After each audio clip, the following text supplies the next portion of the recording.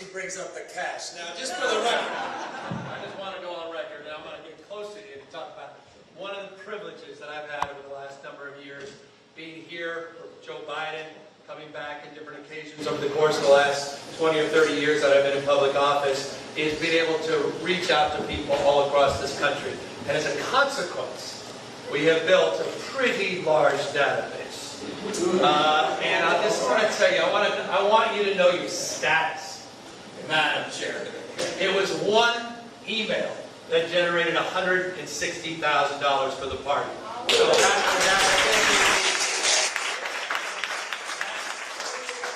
shows the status of the Democratic Party in South Carolina. That shows your status, your importance, and the importance people all over the country place on the work you do every single day. So I want you to know this. You matter, and people care all over the country.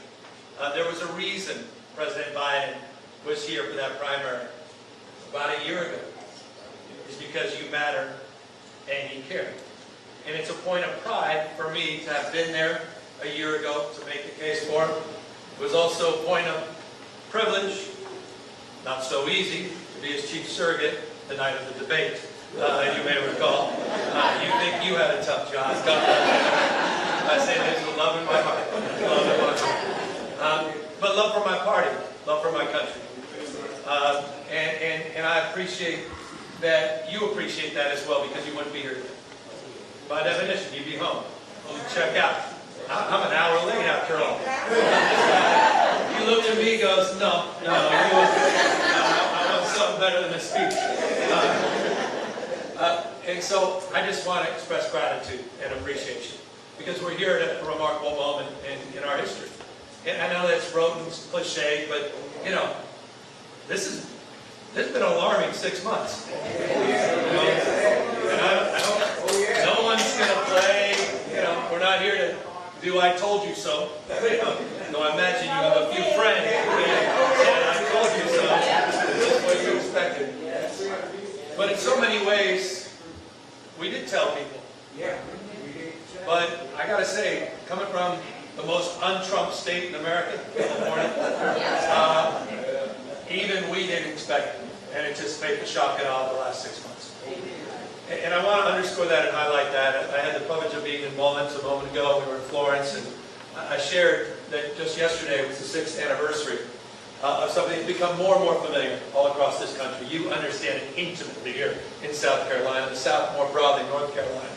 The devastation, obviously, of this horrific experience and event we've had in Texas.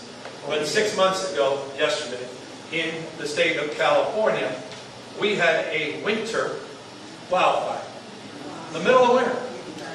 One of the most devastating wildfires in American history. 100-mile-an-hour winds with fire attached to it.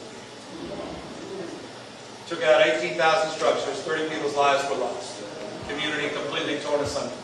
It was the 6-month anniversary of something that should unite us as Americans. After all, we're all bound together by a web of mutuality. And we were there, a very solemn occasion, but also celebratory, because it was the fastest debris removal in American history. 96% substantially complete, everybody rowing in the same direction, recognizing we have to work together across our differences. And we were hoping, just expecting just a little tip of the hat from the President of the United States. 6-month anniversary, after all. And instead, we got nothing on Truth Social. Kept checking. Maybe using Twitter to check the X. Nothing.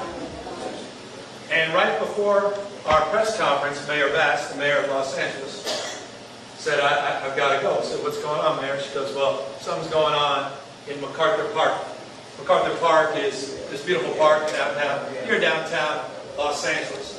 One of the most diverse cities in the most diverse county, in the most diverse state, California, and our most diverse democracy in the United States of America. And Donald Trump, in order to celebrate the 6th anniversary, decided to send hundreds and hundreds of military troops into the park, into the playground, in the middle of the day where kids this old had a summer camp.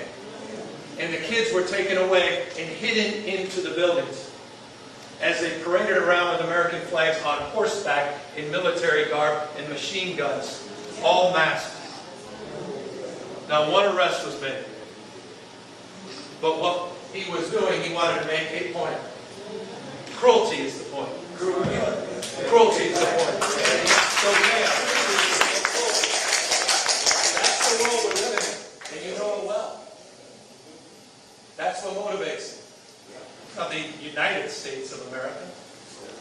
He wants the divided states of America. You're not even American if you come from a place like California. You remember his response to the disaster in California? He blamed every single person. Not a peep blamed Texas. The President of the United States of America. So I'm here with a state of mind that we need to be resolved at this moment. We cannot be complicit at this moment by being passive at this moment. We cannot sit back and be bystanders at this moment. We have got to step in. We've got to assert ourselves, and we have to be That's why I'm here. When you think, okay, cynically, I know why he's here. I told you it wasn't my first time. But I'll tell you, when it was my first time, it came a few years back, where, frankly, I felt the Democratic Party had its back to the wall. I felt we were being a little timid. I felt we were on the receiving end of so much. I'm wondering, why are we chasing this?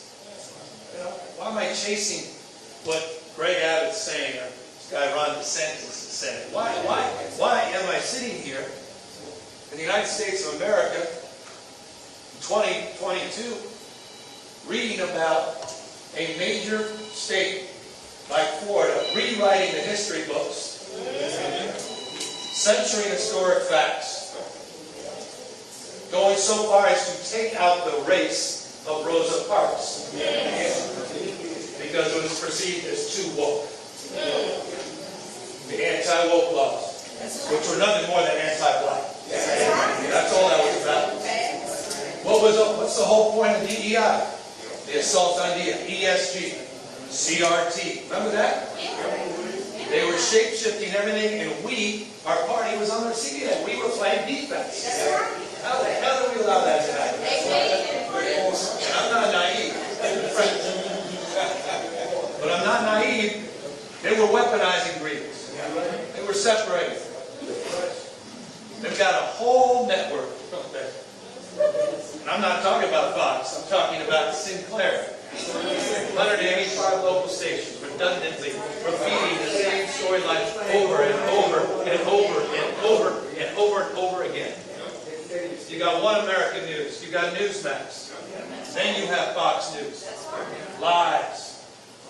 Mis and misrepresentation. If you think I'm lying, take a look at what I did last week. I sued Fox News for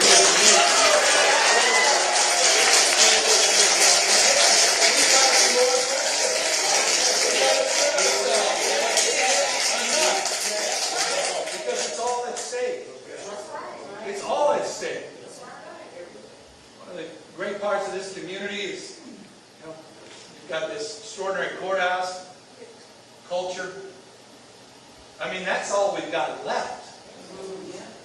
I remember, I was taught when I was your age, there were 3 co-equal branches of government. Right now, it appears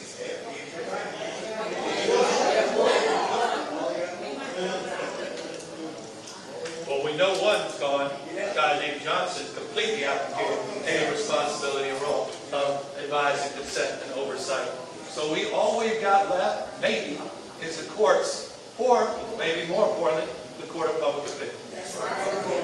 And maybe that's it is the point I want to emphasize before I let you all go. You know, I'm old enough to remember Justice Brandeis. My father served as a member of the California Court of Appeals, and used to always quote Justice Brandeis, who said, in a democracy, the most important office is office of citizen. With all due due respect, Mr. President, not the presidency. Not governors, not mayors, not even respect members of our represented bodies in state legislatures. It's the office of citizens, but it's active, not inert citizenship. You've got to step up and share your passion with action. Share your voice like the 5 million people did at the No Cage rally. When people stood up and they stepped up and they put back at this moment. I'm here just to encourage you for all the work you've done, and it's exhausting, and my gosh, I could have started there. What you all been through in the last 5, 6 years? I mean, most of your life? I'm serious.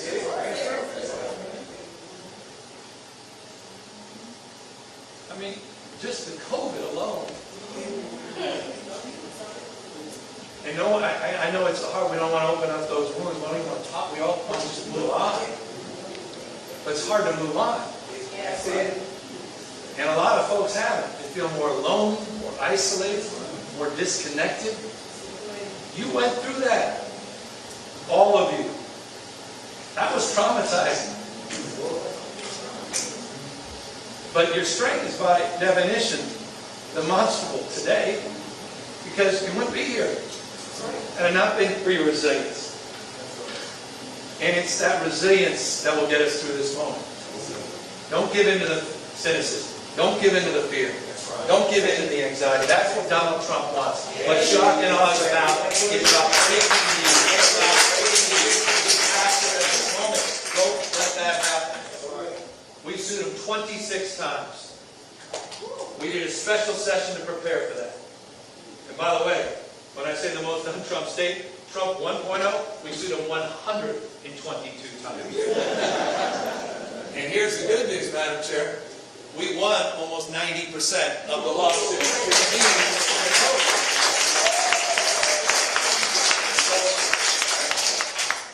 Thank you for supporting these remarkable leaders.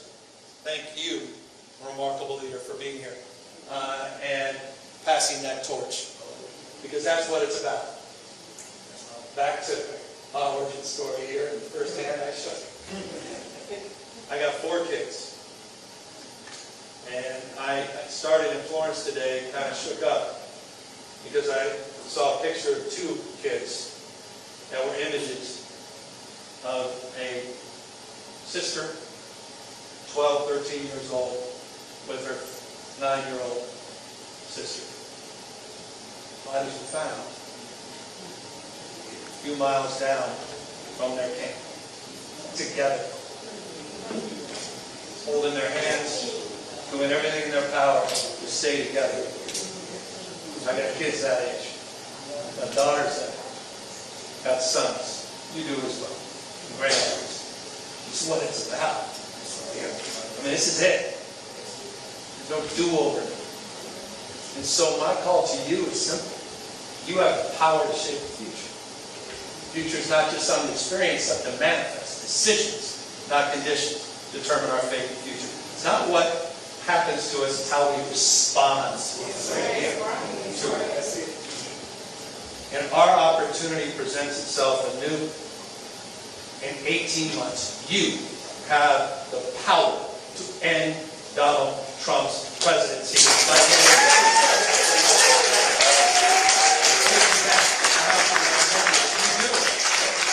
Because the fact that the administration ends, sure, he'll be fire and fury signifying something.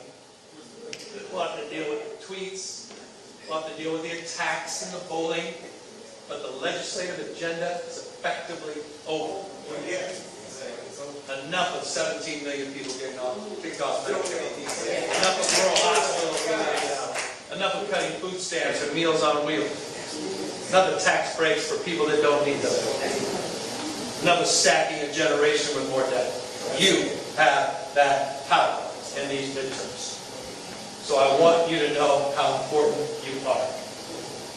And I want to thank you for being here today. But most importantly, I want to thank you for everything you're doing tomorrow, next month, and next year as we take back that House of Representatives and we take back have power, and we leverage this country, the United States of America.